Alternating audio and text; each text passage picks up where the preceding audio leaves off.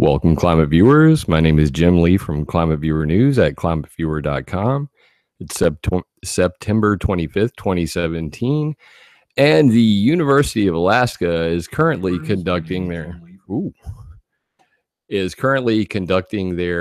HAARPoon 2017 experiments up in Alaska, and so it's official. HAARP is back on, and we're gonna dig into that right now. Up on the screen, we have Area 49. So this is a new one on me. And apparently the guys at HAARP are being kind of witty about this, kind of funny, I guess, because this is a coin that they have. And on it, you see the backside of it. What do we see but an artificial aurora above what appears to be a fault zone. I mean, it looks to be an induction right there, and that would be maybe an earthquake joke. I don't know. You tell me. So the HAARP facility is up in Gakona, Alaska.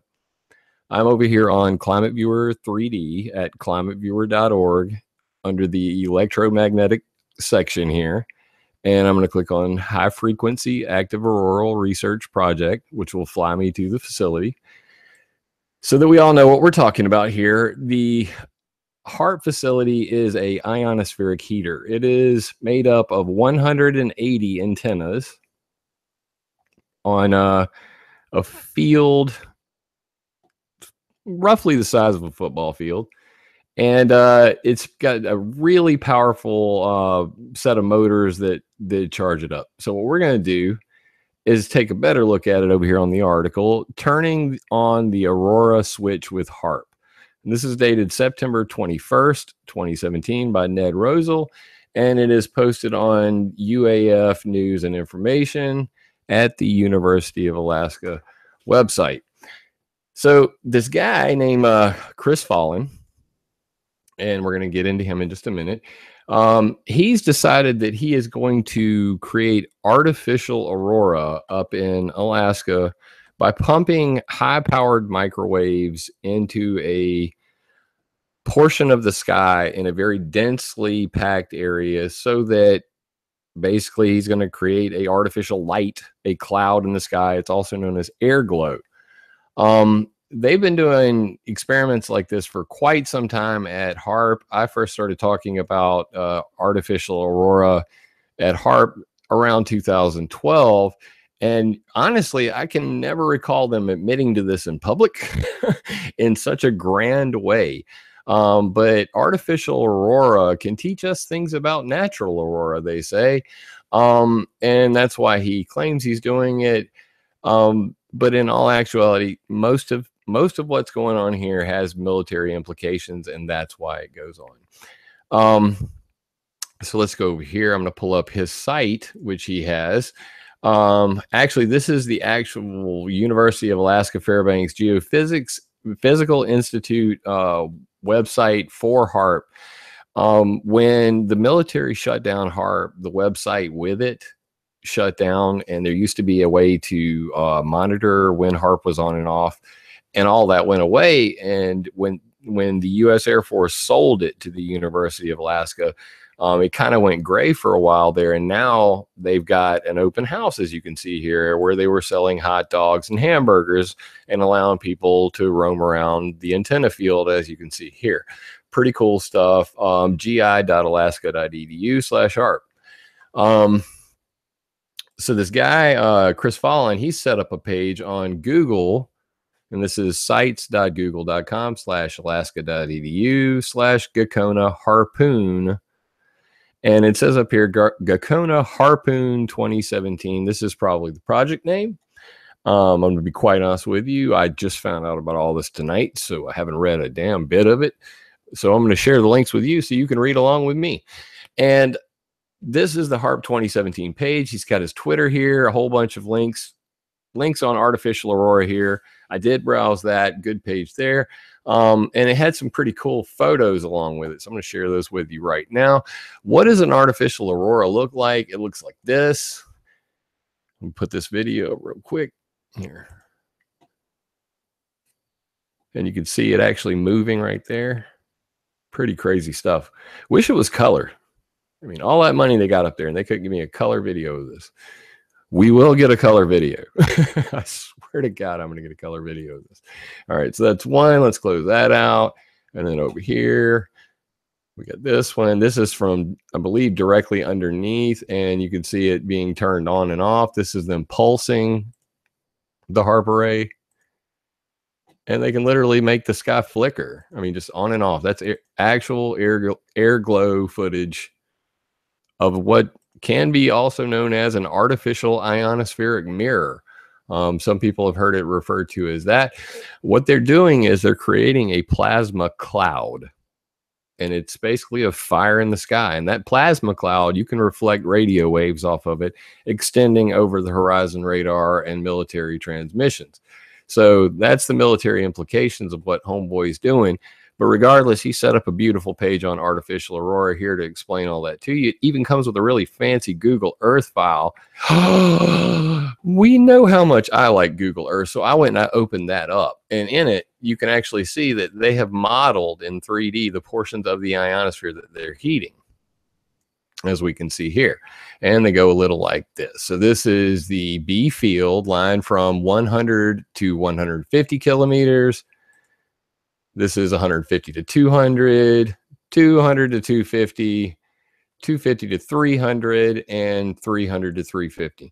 Now, this is going to mean absolutely nothing to most people, but if you know anything about how HAARP works, there's actually two sections that they mostly heat. This 300 kilometer region is actually where they heat when they want to create ELF waves. Uno momento.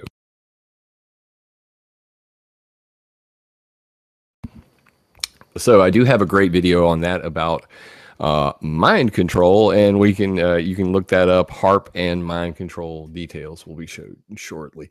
But in this file that they have, he also mentions Poker Flat Research Range. So I'm going to go fly over to that guy real quick and see if we can not screw up the angle on it. And of course we did. So gotta love live stuff. Let's just get out of that and go over to a much cooler program that doesn't screw up so much, ClimateViewer 3D, and do the exact same thing with much more ease. So over here is the Poker Flat rocket range, and the HAARP facility, when they're doing all of these modifications, usually works with the rockets, sounding rockets at the Poker Flat research range, which is just north of the HAARP facility. I never ever hear this brought up, so I'm bringing it up because it's kind of important. And they've got a really fancy HAARP, as some people like to call them. It's called the Advanced Modular Incoherent Scatter Radar. Picture of it right there. It's basically the AMISR is, I don't know why that didn't open. Go figure. It's popping up somewhere on one of my 3 screens. This guy is like a mini HAARP. There's another one up in Resolute Bay, but they use these other facilities to monitor the HAARP facility. So basically, HAARP modifies the sky. All of these other facilities around here are listening in and making sure that they got the result that they were hoping for. So that's pretty fancy. All right, what else do we have over here? So what we were on, what is a artificial air glow ring look like? There's an actual photo of one. This is my first time tonight seeing this as well. It was alluded to in the guy's paper over here on the page I was just on, and he said, you know, hey, check out some of these photos. So I started going through them, and dude had a link to this. Amazing. Very, very cool stuff. So, I mean, this is science nonfiction, guys. So for me, you know, Star Trek, Star Wars fan all my life. This is the real thing. So pay attention. Crazy stuff. Let's continue. All right. So what else do I have up on the menu today? I'm going to close some of these out because I got a lot for you tonight. I'm going to save that one for last, but let's go ahead and close that one out. That one's kind of important, and shut him up. And nobody closes ClimateViewer 3D. Nobody. All right. Oh no. Rainbow Dash just got on. Oof. That's awkward. All right. So here's the geophysics lab. The UAE University of Alaska is actually selling t-shirts now. and they branded it Area 49. This is new to me. I've been studying HAARP since 2011. I've never heard it referred to as Area 49 till tonight. So that's why we kind of led with this photo right here. It's a pretty cool logo. It kind of reminds me of the Muse. They're a band. Muse had a HAARP album. Kind of looks like their logo. Pretty cool. I think they stole that, actually. There might be some copyright infringement there. Anyway, they got some pretty cool t-shirts. I ain't gonna lie, I'm probably gonna buy one. I'm a dork. All right, so on the reel though, this Chris Fallen guy, he's right here on Twitter at CT Fallen. I just realized while you guys look at Mr. Fallen there, I'm gonna try to find the chat window, because Lord knows I don't think I opened that at all to say hi to the beautiful people in chat. So we will make sure to get that up real quickly and say hi to everybody playing along at home. I know that this is a very spur of the moment, transmission, but when you find out something that's crazy, you just got to do it, right? All right. So what's up to everybody in chat? Thank you for hanging out late with us tonight. Stacy, Mac and Stud, Eric, thank you guys. Susan, what's up? How are you guys doing? Appreciate it.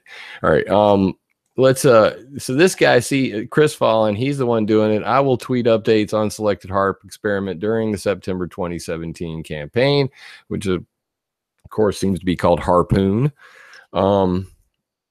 Yeah. So anyway, there's that guy. What else do we have? Oh, wait, the University of Alaska has its own Twitter feed for HAARP now. Gotta love that. So everybody follow them on Twitter, give them hell if you feel the need. But this is a step in the right direction. I mean, whether you love or you hate HAARP, you got to give it to them for at least making an effort to be out. And that's for us little people, the best we can hope for is honesty out of the people who are going to modify the ionosphere, the troposphere, make clouds, modify weather. If they would just be honest, we could hold them to account when they actually hurt somebody, and then we wouldn't be so scared that they were hurting people. So I applaud this, step in the right direction. So, all right, what else do we have? All right, so the reason this matters, and you're not going to read this any of Chris Fallen stuff. He's going to say, I'm making colorful lights in the sky. But honest to God, ionospheric heaters and destroying the Van Allen belts. This is dated January 2015. It's on my site. Hacking the Van Allen belts. Could we save satellites and astronauts by wiping out the Van Allen belts? And this was originally posted February 2014 by Charles Coy. I think I'm doing it. Electric Light Orchestrated. Wah, wah, wah. So they want to make a joke about it, about making these artificial aurora. And here's a photo of that aurora, how it works and observations of it. But it gets kind of creepy, guys. With this HAARP thing, it started out with the idea satellite threat due to high altitude nuclear detonation, Eisenhower Institute, Dennis Papadopoulos presentation, where he said, and they had this thing called the tether panel. And in the tether panel, they were basically talking about how to save us from people like Rocket Man over in North Korea setting off an EMP in our sky. And that would knock out power all across America. Any place it happened. I happen to be an American, so I'm going to talk about America. But if Rocket Man fires an EMP off above, let's say California, suddenly all the power's out, the water stops running, gas lines are rupturing, all hell on earth. So these guys went to Congress and they basically said, hey, we could create a system to suck radiation out of the sky quickly. And they called it a wind tunnel, to test a feasibility system for a radiation belt remediation system. So Dennis Papadopoulos from the University of Maryland has been working on this ever since, and you guys can call him. He's a real person. I intend to do that in the future. So if Dennis Papadopoulos is being honest, and this is to be believed, then in reality, HAARP may be the only thing that I personally know of that could suck radiation out of the sky and protect us from Rocket Man or a Carrington event solar flare. So keep that in the back of your head. So that's why they say they want to do radiation belt remediation. The problem with this is guys like Dr. Jacob Bortnick from the UCLA, who is a consultant to a company called Quake Finder, who is a consultant to a company called Quake Finder. Good Lord. And he said basically on whether we should keep the Van Allen belts or just get rid of them. At present, we don't think there's any downside to not having them, referring to the Van Allen belts. But as with all things geophysical, it is hard to know all the complex interconnections between the various systems and estimate the full effect of removing the radiation belts completely. That's the most any of us can really say at the moment. So while Mr. Fallen, I'm sure, is a nice guy, and he's having fun making flickering lights using HAARP, and they're selling t-shirts, you know, having a ball, you know, because this is all fun. And you know, even I do recall seeing this guy, I'm gonna call him a guy. He had retweeted, was it over here? Here it is.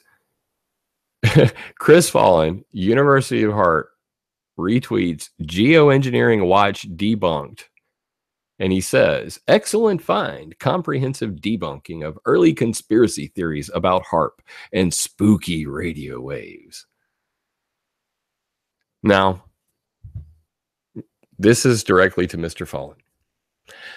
I don't know if you're a comedian because your last name's Fallen, or you're just uneducated, but you are currently using a military grade directed energy weapon that was designed based on the Christofelos effect that was discovered during the upper atmospheric nuclear explosions of 1958, which led to the Limited Test Ban Treaty.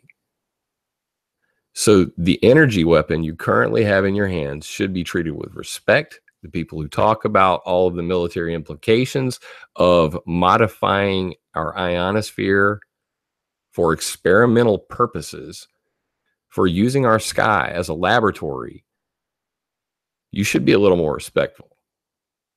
And if this is a true scientist university, having your boy mock conspiracy guys gets videos like this. So that being said, HAARP is one of many different ionospheric heaters around the world. Yeah, and if you want a little public opinion on that, I'll just let Mr. MD say it. There you go. That's how some people feel about it, Chris. And I'm not going to go there because I don't believe in violence or any of that. I believe in full disclosure, public discussion, and honesty. So if you want to know all about this topic, about the HAARP facility, and not just the hype from the guys who are bragging about their artificial aurora, you can come over to ClimateViewer.com and you can read all about that. Now, I've got some other stuff up here for you. Let me get this up real quick. Where's my other windows? I have too many windows. Did you know HAARP is also used for geoengineering? What? Let's go there. So this one is kind of a new one. Climate control via existing military equipment like HAARP to abate, recycle CO2. This is at the Climate Collabs geoengineering competition. And basically what these guys do is they have a competition to say what's the best way to save the planet from global warming. And in it, one of these guys came up with this one. CO2 is swept away to space by solar wind and flares. Using existing technology, we may amplify lasers and microwaves so CO2 escapes into space. So basically it goes like this. If we push clouds of CO2 into space with HAARP, the CO2 can reach escape velocity, and the CO2 will go into space through an artificial ionospheric duct, through an ionospheric hole, a hole in the freaking ionosphere, so that CO2 can be shot into space. The problem with that is you destroy ozone when you create holes in the aurora. When you create holes in the ionosphere, you destroy ozone. Harry Wexler was very very clear about that right before he had a sudden, massive, mysterious heart attack. So that's a bad idea. Anyway, pretty fascinating. He says, what equipment would you use? Ionospheric heaters, and he links to the Navy mill. Scientists produce densest artificial ionospheric plasma clouds using HAARP. Now, I covered this at the time that this happened, and the Naval Research Lab retweeted my article about it. But here's the actual photo of that plasma cloud, as they refer to it. So, U.S. Navy calls it a plasma cloud. Chris Fallon calls it artificial aurora. Right? You see what happened there? Plasma cloud. Because that's what they calls it. Plasma clouds. Artificial aurora. That's neat. So everybody's going to do their perception management, public relations spin on things. They're going to try to shine up a turd. They're going to call everybody conspiracy theorists who ever referred to it as anything other than just an experiment, which we know to be damn it ridiculous. So all of this information and more is over at climateviewer.com/HAARP. I personally pride myself on the topic of HAARP.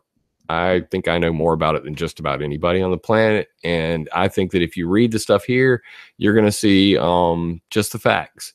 Like, what's an ionospheric heater? It's a powerful high-frequency transmitter that induces controlled temporary modification of electron temperature at desired altitude, like the Google Earth thing I showed you a minute ago. Here's how it was created. Nice little timeline with references to all of that. And what do they do? Destroy the Van Allen belts, create artificial ionospheric mirrors, ELF waves, plasma clouds, air glow, create holes in the ionosphere, probe for underground nuclear missiles. If you think I'm joking, every single one of these links is backed up by a military PDF. I hope that you guys will check them out. Imaging of underground structure using HAARP. And this is from the U.S. Air Force Lab. So please dig into the military background of HAARP before you believe all the hype going on over at the UAF. Last up, I'm going to give you guys some links just for your homework for later. I've got a video playlist over here, HAARP Explained. In it, it contains a great video, How HAARP Really Works, where I really dig into the science for all the nerds out there, and how we've come to the BAE Systems laser-developed atmospheric lens instead of calling it an artificial ionospheric mirror.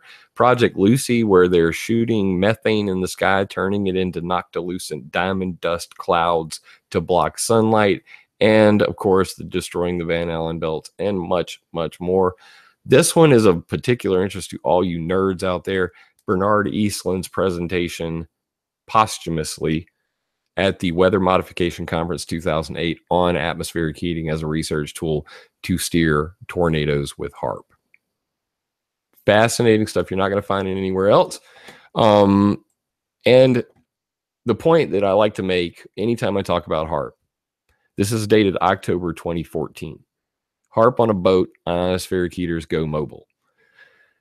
So the reason that the military sold HAARP to the University of Alaska, and now Mr. Fallon's over here bragging about his artificial aurora, is because they have gone mobile with all of this stuff, and they're putting them on trucks and trailers, like the microwave ionosphere reconfiguration ground-based emitter, or Mirage. It looks like that goes on a trailer behind an Army Jeep. They have many of these. They're now testing them up in Washington, much to the chagrin of locals. They have a electromagnetic testing battleground up in Washington now. Satellite ionospheric heaters, you can't make this up. This is from NASA, topside sounders as mobile ionospheric heaters. satellite-borne RF sounders can act as mobile ionospheric heaters. So that's why they put them on satellites. I will go into detail on that in the future. Boats, submarines, planes, drilling rigs, and so much more. So that's HAARP on a boat. Ionospheric heaters go mobile. And of course, all of this will be summarized on weathermodificationhistory.com. I hope you guys will definitely check it out over there. Weathermodificationhistory.com is the most comprehensive site covering everything from, our newspaper articles going back to the 1800s to patents, programs, people, laws, a map of all the current weather modification worldwide, my presentation where I cover all this and a solution to the climate engineering problem, and a very lengthy timeline. So guys, I think I've pretty much covered everything I wanted to cover. So I want to leave you guys with a special little surprise, because I've been working my tail off on this for the past 2 months, and I promised myself I wouldn't rush it. So I may have another week on this, but know that in the very near future, there will be a brand new ClimateViewer.com. And the reason why is because basically I moved my website to WordPress.com for security purposes, because I've been hacked so many times over the years, and it really got pretty annoying. So the problem is now I've been noticing that WordPress.com has been either having issues or censoring my website, where I go to pages and it's taking 20 to 30 seconds for pages to load. And that is completely unacceptable. Furthermore, many of the hyperlinks from my articles are missing. Videos have been removed. I just showed you one in here. In the other article I was just on, where, just all the videos have been ripped out. So they'll just be, WordPress codes in there, no videos. Anyway, it's horrible. So I've been dealing with this crap for quite some time. I've had enough, and I decided to write my own website from scratch. And I'd like to give you guys a sneak peek of that real quick. And with that, I've got a brand new logo. Thank you very much to my homeboy, Dominic Marama, who is my ninja. Dominic works with me over on weathermodificationhistory.com, and he's a very talented artist. And, I just was like, hey, brother, man, could you make me a cool looking logo? And boy, did he ever. So this is going to be my new logo for the next year. You guys are going to love that. And there's a lot coming on the new site. This is the new layout. As you can see, the new ClimateViewer.com is going to look pretty freaking awesome. Ignore this column. Ignore that column. Don't look at that column. Anyway, so it's going to have these cool video posts. So I designed this one to where, like I can embed my videos right at the top, have these cool posts. Anyway, huge new stuff coming to ClimateViewer.com. I cannot wait to publish this new website. I hope that you guys will stick around. There will be a shop coming in the near future. I've had a lot of people request that. And I think we pretty much covered it all. So yeah, HAARPoon 2017. HAARP is back on. They're bragging about artificial aurora. They're downplaying and pooping on all the conspiratards. You're all conspiratards. Don't you know it? Oh, I mean, who does this guy think he is? So when this video is complete, I'm going to tweet it over to Mr. Chris Fallon, and I hope that he will dig into a lot of this, educational material that's been provided tonight. And unless someone like you cares a whole awful lot, nothing is going to get better. It's not.